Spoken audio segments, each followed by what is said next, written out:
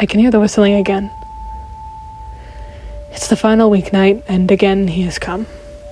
Whistling that little ditty, repeating it again and again. Enough time to drive the sanest of men crazy. I can see through the window, the light through the cornfield, the rustling of plants, the maddening whistling. It's all culminating to a feeling of hopeless dread, like being faced with a gun when you're up against a wall. I know he wants to find me, but I don't know what he wants with me. I don't know what he wants. All I want is for this to be over.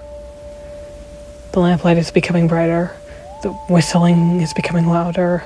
And the dread in my stomach is getting worse and worse every second. Only my need to keep quiet is preventing me from either screaming in fear or throwing up from the sickening tension.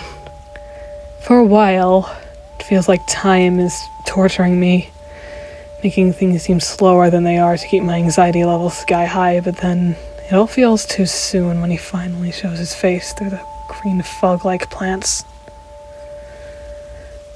All I can see is a smile.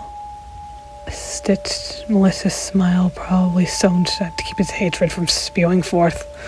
The dim lamp swayed back and forth as he came through the corn effortlessly, almost gliding through like a ghost.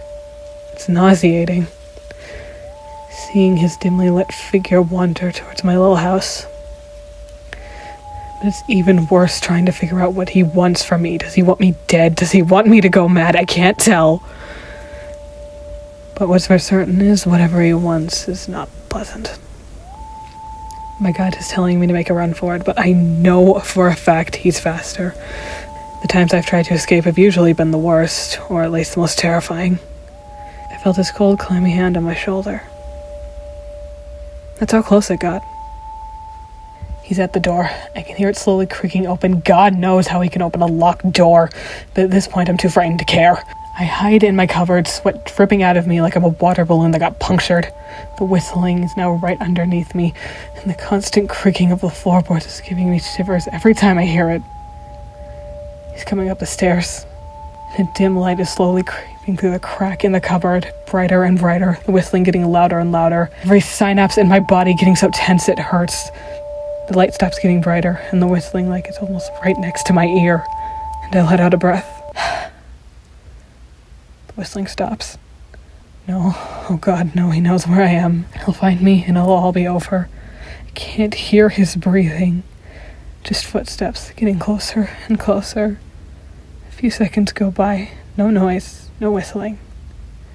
Just infinitely tense silence. And the whistling begins again. He walks away, leaving me in my scared stupor. The door closes, the light fades, and I am left scared and alone. So here I am, dreading the next week, and dreading that next time I won't be so lucky.